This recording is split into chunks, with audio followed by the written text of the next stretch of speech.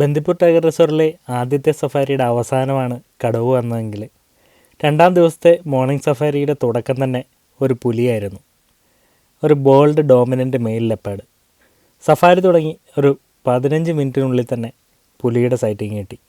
സാധാരണ മനുഷ്യൻ്റെ സാമീപ്യം കിട്ടിക്കഴിഞ്ഞാൽ ഇവരോടി കാട്ടിലേക്ക് കയറുന്നവരാണ്. പക്ഷേ ഇവനെ കണ്ടോ, വളരെ ബോൾഡായിട്ടുള്ളൊരു മെയിൽ ലെപ്പേർഡാണ്. പുലി മാത്രമല്ല കേട്ടോ, സഫാരി തീരാനായപ്പോഴത്തേക്ക് ഒരു ടൈഗറിൻ്റെ റോഡ് ക്രോസിങ്. അങ്ങനെ പുലിയും കടുവയും ഒന്നിച്ച് സഫാരിയിൽ ബന്ദിപ്പൂർ ടൈഗർ റിസർവിൽ. JLR പാക്കേജിൻ്റെ ഭാഗമായിട്ടുള്ള രണ്ടാമത്തെ സഫാരിയാണ് മോർണിംഗ് സഫാരി. രാവിലെ 6 മണിക്ക് തന്നെ സഫാരി തുടങ്ങി. ചെക്ക് പോസ്റ്റിൽ 6 മണിക്ക് വണ്ടികൾ കയറിപ്പോകാൻ വേണ്ടിയുള്ള ക്യൂ ആണിത്. അങ്ങനെ ഉണങ്ങിക്കിടക്കുന്ന മഞ്ഞുമൂടിയ കാട്ടിലേക്ക് സഫാരി തുടങ്ങുകയായി. ഓരോ സീസണിലും കാടിന് ഓരോ ഭംഗിയാണ്. മൺസൂൺ കഴിഞ്ഞുള്ള ടൈമിലാണ് കാടിന് ഏറ്റവും ഭംഗി, നല്ല പച്ചപ്പിൽ. ഇപ്പോൾ എല്ലാ മരങ്ങളും ഉണങ്ങിയത് കൊണ്ട് തന്നെ ഭംഗി ഇച്ചിരി കുറവാണ്. കയറിയപ്പോൾ തന്നെ ഒരു തിത്തിരി പക്ഷിയാണ്, റെഡ് വാറ്റിൽഡ് ലാപ്പിംഗ്. വെള്ളത്തിൻ്റെ സാമീപ്യമുള്ള പ്രദേശങ്ങളിൽ മാത്രമാണ് കേട്ടോ ഇവരെ കാണാറ്. നല്ല വരണ്ട പ്രദേശമാണെങ്കിലും ഇവരുടെ സാന്നിധ്യം ഉണ്ടെങ്കിൽ ആ ഭാഗത്ത് എവിടെയെങ്കിലും വെള്ളം ഉണ്ടെന്നുള്ളത് ഉറപ്പാണ്. ഇലപൊഴിയും കാടുകളായതുകൊണ്ട് തന്നെ വളരെ കുറച്ച് മരങ്ങളിൽ മാത്രമേ പച്ചിലകൾ കാണാനുള്ളൂ. അത് ഈ കൂട്ടത്തിൽ എടുത്തു തന്നെ നിൽക്കും. ബാക്കി എല്ലാ മരങ്ങളും ചൂടിൽ നിന്ന് രക്ഷപ്പെടാൻ വേണ്ടി ഇലകളെല്ലാം കൊഴിച്ച് ഉണങ്ങി നിൽക്കുകയാണ്. ഓരോ കോള് രമേശണ്ണന് വരുമ്പോഴും ആകാംക്ഷയിലാണ് ഞങ്ങളെല്ലാവരും. എവിടെയെങ്കിലും ഒരു സൈറ്റിംഗ് കിട്ടിയിട്ടുള്ള കോളായിരിക്കാം ഒരു പക്ഷേ. ഒരു പുലിയുടെ സൈറ്റിംഗ് കിട്ടി എന്നായിരുന്നു കോളിലുണ്ടായിരുന്ന ഇൻഫർമേഷൻ. കൂട്ടത്തിലുണ്ടായിരുന്ന എല്ലാ സഫാരി വണ്ടികളിലും ആ ഡയറക്ഷനിലേക്ക് തന്നെ പോയിക്കൊണ്ടിരിക്കുകയാണ്. ഈ വണ്ടിക്കാർക്കാണ് കേട്ടോ പുലിയുടെ സൈറ്റിംഗ് കിട്ടിയത്. ജസ്റ്റ് പുലി ഒരു കാടിൻ്റെ ഉള്ളിലേക്ക് കയറിപ്പോകുന്നത് മാത്രമേ അവർക്ക് കിട്ടിയുള്ളൂ. ഞങ്ങളുടെ വണ്ടിയും പുലിയെ കണ്ട ഡയറക്ഷനിലേക്ക് തന്നെ പോവുകയാണ്. സാധാരണ കടുവകളെ പോലെയല്ല പുലികൾ. ഇവർ വണ്ടികളൊക്കെ കണ്ടു കഴിഞ്ഞാൽ പെട്ടെന്ന് തന്നെ ഓടി കാടിൻ്റെ ഉള്ളിലേക്ക് കയറാറാണ് പതിവ്. അപ്രതീക്ഷിതമായിട്ടുള്ള കാഴ്ചയായിരുന്നു. മുന്നിൽ നടന്നു പോകുന്നതുണ്ടോ, ഒന്നവിടെ നിന്ന് ഞങ്ങളെ ഒന്ന് നോക്കി. പുലിയാണ്, ഒരു മെയിൽ ലെപ്പേർഡ്. ഈ ഭാഗത്തെ ഒരു ഡോമിനൻ്റ് ആയിട്ടുള്ള ഒരു മെയിൽ ലെപ്പേർഡാണ്. അവൻ്റെ നടപ്പും ആ നിപ്പും നോട്ടവും ഒക്കെ കണ്ടാൽ തന്നെ അറിയാം ഇവൻ അങ്ങനെ പെട്ടെന്ന് കാടിൻ്റെ ഉള്ളിലേക്ക് ഓടിക്കയറി പോകുന്നവനല്ല. അതുകൊണ്ട് തന്നെ ഇവൻ നടക്കുന്ന അതേ വേഗതയിൽ ഞങ്ങളുടെ വണ്ടിയിൽ ഞങ്ങളിവനെ ഫോളോ ചെയ്തുകൊണ്ടിരുന്നു. 2 തവണ കബനിയിൽ ലെപ്പേർഡിനെ കണ്ടിട്ടുണ്ടെങ്കിലും ഇതുപോലുള്ളൊരു കാഴ്ച ആദ്യമായിട്ടാണ്, അതും ഒരു മെയിൽ ലെപ്പേർഡ്. ഞങ്ങളുടെ വണ്ടിയെ ഒന്ന് നോക്കി അവൻ മൈൻഡ് ചെയ്യാതെ അവൻ്റെ വഴിയെ അവൻ്റെ കാടിനുള്ളിലൂടെ നടക്കുകയാണ്. ഒട്ടും ശല്യം ചെയ്യാതെയാണ് രമേശണ്ണൻ ഞങ്ങളെ ഇവനെ കാണിക്കാൻ കൊണ്ടുപോകുന്നത്. ഇവനുമായിട്ട് നല്ലൊരു ഡിസ്റ്റൻസ് കീപ്പ് ചെയ്ത് തന്നെയാണ് ഞങ്ങൾ പോയിക്കൊണ്ടിരുന്നത്. കുറേ ദൂരം ഇവനങ്ങനെ മുന്നോട്ട് നടന്നു കഴിഞ്ഞപ്പോൾ ഞങ്ങൾ മെല്ലെ പുറകെ ചെന്നു.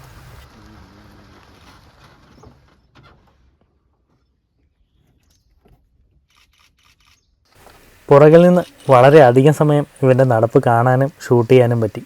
മുന്നിൽ നിന്ന് ഒന്ന് കാണാൻ പറ്റണം എന്നുള്ളൊരാഗ്രഹമായി എല്ലാവർക്കും. ആ ആഗ്രഹത്തോടെ ആകാംക്ഷയോടെ ഇവൻ എങ്ങോട്ടാണ് തിരിയുന്നത്, എങ്ങോട്ടാണ് പോകുന്നത് എന്നറിയാൻ എല്ലാവരും കാത്തു നിന്നു. അപ്പോഴാണ് അവൻ്റെ നടത്തം ഒന്ന് സ്റ്റോപ്പ് ചെയ്തത്. സ്റ്റോപ്പ് ചെയ്തിട്ട് 2 വശത്തേക്കും മാറി മാറി ഒന്ന് നോക്കിയിട്ട് അവൻ പിന്നെയും മെല്ലെ നടന്നു തുടങ്ങി.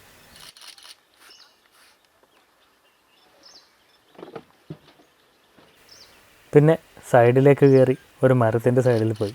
ഒരു മരത്തിൽ കയറുന്ന ഷോട്ടാണ് ഞങ്ങൾ പ്രതീക്ഷിച്ചത്. പക്ഷേ അതല്ല സംഭവിച്ചത്. അവൻ റോഡ് ക്രോസ് ചെയ്ത് റോഡിൽ കയറി ഞങ്ങളുടെ നേരെ ഒരു നോട്ടം.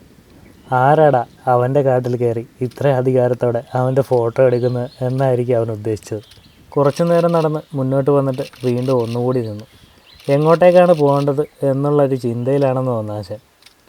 ഇവനിവിടെ ഒറ്റയ്ക്കല്ല കേട്ടോ. ഇവൻ്റെ കൂട്ടത്തിൽ ഇവൻ്റെ പെയർ ഒരു ഫീമെയിൽ ലെപ്പേർഡ് കൂടിയുണ്ട്. ഞങ്ങളുടെ സഫാരിയുടെ തൊട്ട് തലേ ദിവസം 2 പേരെയും ഒന്നിച്ച് സഫാരിയിൽ കാണുകയുണ്ടായിരുന്നു. അവൻ കുറ്റിക്കാട്ടിലേക്ക് ലക്ഷ്യമായിട്ടാണ് പോകുന്നതെന്ന് ഞങ്ങൾക്ക് അപ്പം തന്നെ മനസ്സിലായി.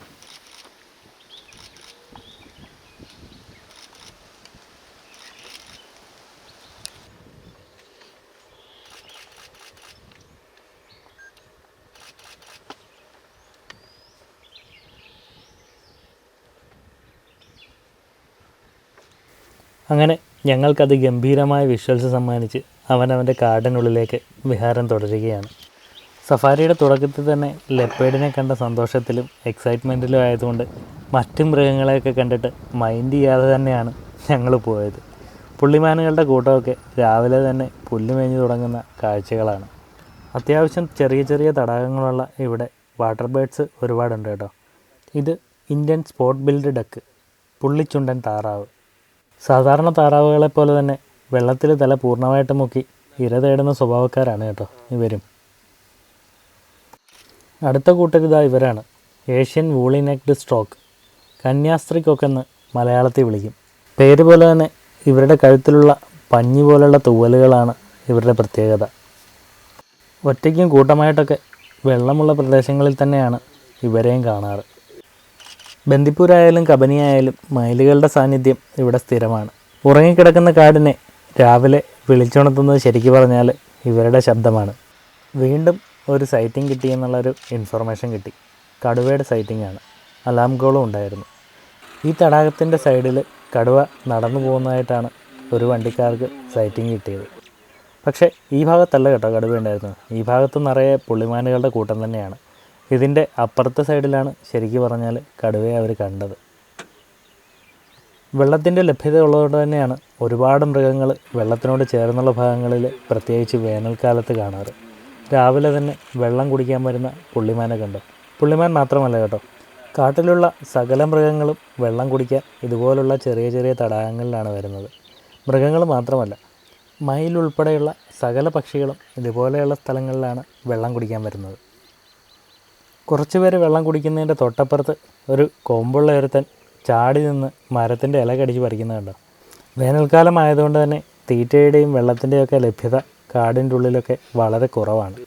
രാവിലെ തന്നെ സൗന്ദര്യം മിനുക്കുന്ന ഒരു മയിലിനെ കണ്ടോ. സൗന്ദര്യം മിനുക്കുന്നതിൻ്റെ ഇടയ്ക്ക് എന്തോ ഒരു അവന് വേണ്ട സാധനം മുന്നിൽ കൂടെ പോയപ്പോൾ അവനത് ചാടി പിടിക്കാൻ തന്നെ പോയി കേട്ടോ. ആൺമയിൽ മാത്രമല്ല കേട്ടോ, ഒരു കൂട്ടം പെൺമയിലുകൾ നടന്നു പോകുന്നത് നോക്കി. ആ വണ്ടിക്കാർക്കാണ് ടൈഗറിൻ്റെ സൈറ്റിംഗ് കിട്ടിയത്. ആ സൈഡിൽ എവിടെയോ ടൈഗർ ഇപ്പോഴും ഉണ്ട്. അങ്ങനെ ടൈഗറിനെ വെയിറ്റ് ചെയ്തിരുന്നപ്പോൾ സൈഡിൽ നിന്നും ഒരു ചെറിയ കരച്ചിൽ കേട്ടു. ഈ കക്ഷിയാണ് ആൾ, പൈഡ് ബുഷ് ചാറ്റ്, ചുറ്റീന്തൽ കിളി. ഇവൻ ഒരു കമ്പിൻ്റെ മേളിൽ പറന്നു വന്നിരുന്ന് കുറച്ച് നേരം കരഞ്ഞിട്ട് പിന്നെ തിരിച്ച് അവൻ്റെ കൂട്ടിലേക്ക് തന്നെ പറന്ന് കയറി പോവുകയാണ് കേട്ടോ. മൺതിട്ടയിലെ പൊത്തുകളിലാണ് ഇവർ കൂട് കൂട്ടുന്നത്. കൂട് കൂട്ടി മുട്ടയിട്ട് അവിടെ നിന്ന് തന്നെയാണ് കുഞ്ഞുങ്ങളെ വിരിയിച്ച് പുറത്ത് കൊണ്ടിരുന്നത്. കടുവയെ കാണാത്തതുകൊണ്ട് മുന്നോട്ടേക്ക് തന്നെ പോയി കേട്ടോ. അപ്പോൾ കണ്ടതാണ് ഇവനെ, സ്ട്രൈപ്പ് നെക്ഡ് മംഗൂസ്, ചെങ്കീരി. വണ്ടി കണ്ടതും ഓടി കാട്ടിലേക്ക് കയറിപ്പോയി. വേനൽക്കാലമാണെങ്കിലും പൂവുള്ള മരത്തിലൊക്കെ രാവിലത്തെ കാഴ്ച ഇതാണ്. ഒരുപാട് പേര് തേൻ കുടിക്കാൻ വന്നിട്ടുണ്ട്. ബ്രാഹ്മണി സ്റ്റാർലിംഗ് അല്ലെങ്കിൽ കരിന്തലച്ചിക്കാളി, ജംഗിൾ മൈന അല്ലെങ്കിൽ കിന്നരി മൈന, പിന്നെ പ്ലം ഹെഡഡ് പാരക്കീറ്റ്, പൂന്തത്ത. പ്ലം ഹെഡഡ് പാരക്കീറ്റിൻ്റെ മെയിലിന് തലയിലൊരു പർപ്പിൾ കളറും ഫീമെയിലിന് ഒരു ഗ്രേ കളറും ആയിരിക്കും. അവരെ ഐഡൻറ്റിഫൈ ചെയ്യാൻ വളരെ എളുപ്പമാണ്. ഓരോ പൂവിലും മാറി മാറി നടന്ന് തേൻ കുടിക്കുന്നത് കാണാൻ തന്നെ എന്ത് ഭംഗിയാണ്. മുന്നോട്ടേക്ക് പോയപ്പോൾ അപ്രതീക്ഷിതമായിരുന്നു. കിട്ടിയത് എന്താണെന്നറിയോ? ഒരു കടുവയുടെ റോഡ് ക്രോസിങ്. റോഡ് ക്രോസ് ചെയ്ത് സൈഡിലേക്ക് നടന്നു പോകുന്ന ടൈഗറിനെ കണ്ടോ. ഇതൊരു ഫീമെയിൽ ടൈഗറാണ് കേട്ടോ. ഏകദേശം 1 വയസ്സ് പ്രായമുള്ള 2 കപ്സ് ഉണ്ട് ഈ ടൈഗറിനിപ്പോൾ. മൂർക്കര ഫീമെയിലിനാണ് ഇതറിയപ്പെടുന്നത്. അധികം സമയം അവിടെ നിൽക്കാതെ പെട്ടെന്ന് തന്നെ നടന്ന് കാടിൻ്റെ ഉള്ളിലേക്ക് മറയുകയാണ്.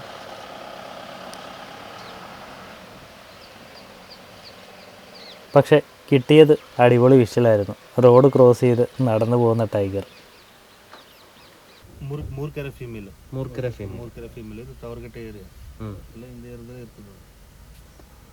കടുവയുടെ ക്രോസിങ് കഴിഞ്ഞപ്പോൾ തൊട്ടടുത്തുള്ള മരത്തിലൊരാളിരുന്നത് ഞങ്ങൾ അപ്പോഴാണ് കണ്ടത് കേട്ടോ.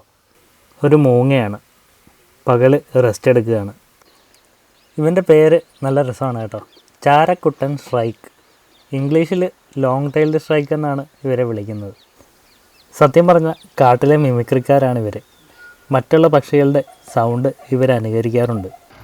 പുലിയും കടുവയൊക്കെ രാവിലെ തന്നെ കണ്ടതുകൊണ്ട് മാന്യം മയിലിനെ ഒന്നും മൈൻഡ് ചെയ്യാതെ പോവുമായിരുന്നു കേട്ടോ. പക്ഷേ രാവിലത്തെ ലൈറ്റിൽ ഇവർക്ക് കിട്ടുന്നൊരു ഭംഗിയുണ്ട്. അത് എത്ര കണ്ടാലും എത്ര ഷൂട്ട് ചെയ്താലും നമുക്ക് മതി വരാറില്ല. കിളുത്ത് വരുന്ന മാനുകളുടെ കൊമ്പിൽ ലൈറ്റ് വീഴുമ്പോൾ വല്ലാത്തൊരു ഭംഗിയാണ്, പ്രത്യേകിച്ച് രാവിലെയും വൈകുന്നേരങ്ങളിലും.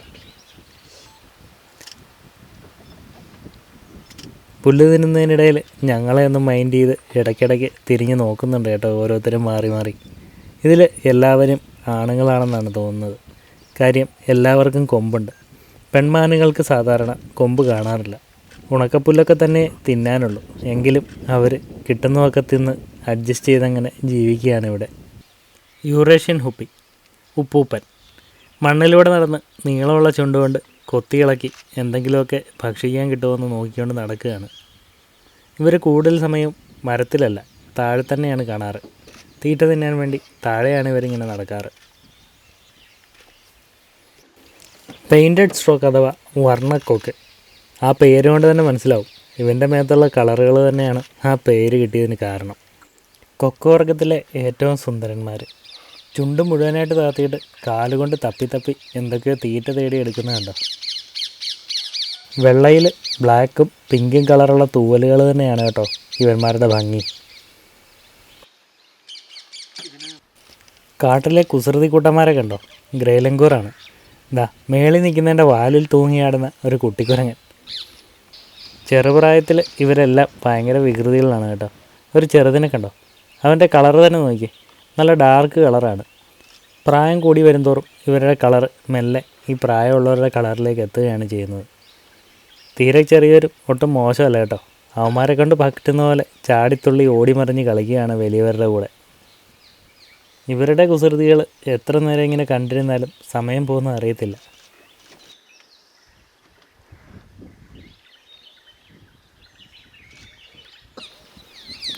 വേറൊരു തത്തയാണ് കേട്ടോ, നാടൻ തത്ത, റൗണ്ട് നെക്ക്ഡ് പാരക്കീറ്റ്.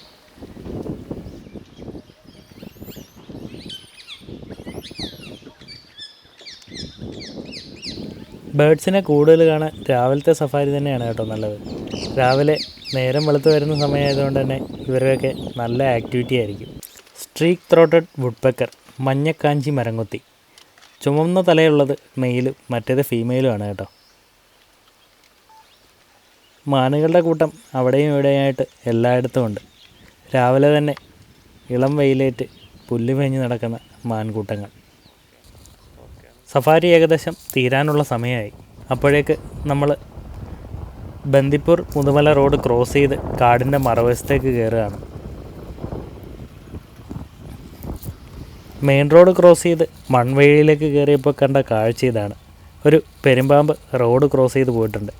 മറ്റുള്ള വണ്ടികളുടെ ടയർ മാർക്കിൻ്റെ മേളിൽ കൂടെ തന്നെയാണ് ക്രോസ് ചെയ്ത് പോയിരിക്കുന്നത്. അധികം സമയമായിട്ടില്ല. അതുകൊണ്ട് കൂടുതൽ കാഴ്ചകൾ തേടി ഞങ്ങൾ മുന്നോട്ട് തന്നെ പോയിക്കൊണ്ടിരിക്കുകയാണ്.